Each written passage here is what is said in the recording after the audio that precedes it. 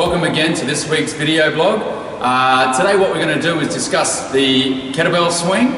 Okay, so it's once again a very, very common exercise here at Kasama Fitness. Now the reason or the purpose behind the kettlebell swing is basically we want to encourage hamstring and glute activation. Okay, so we're working on what's called the posterior chain, so hamstrings and glute. So it's a really, really cool exercise to build strength in those areas, which is going to support your whole trunk and knee joint. Okay, all right, so let's get into the movement.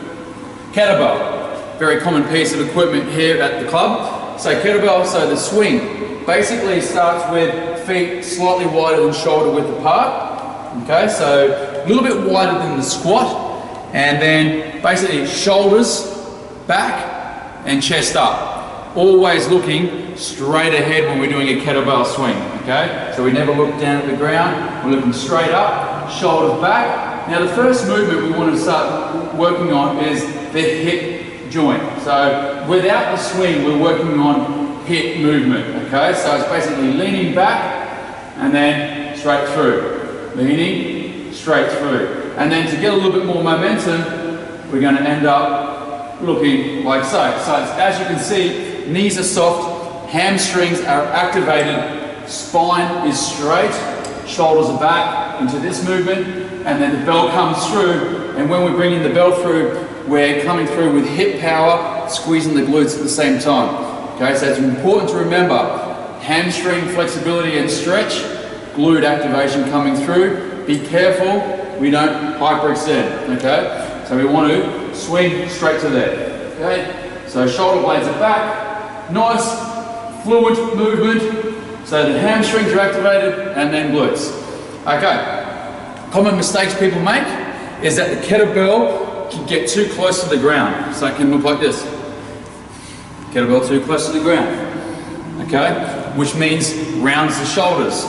The other common mistake can be is that there's not enough force or power and they start swinging through here and they start using arms. Okay, it's not an arm exercise.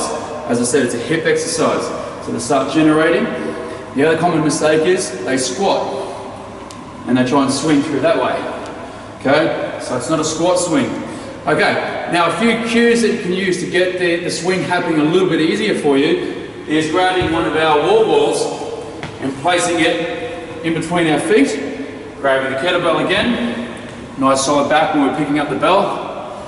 And then, so the idea is, so the bell can no longer go closer to the ground, you must keep the bell pretty close to the groin area. So back and forth, back, forth, back, forth. Shoulder blades are back the whole time, hamstrings on stretch, glute activation. Okay, notice how I haven't hit the bell. If you loop it too much and you drag it, you're going to hit the bell, okay? Which is not what we want, okay?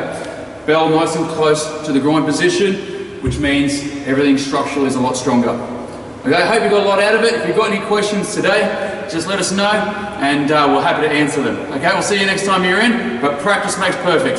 Thanks guys.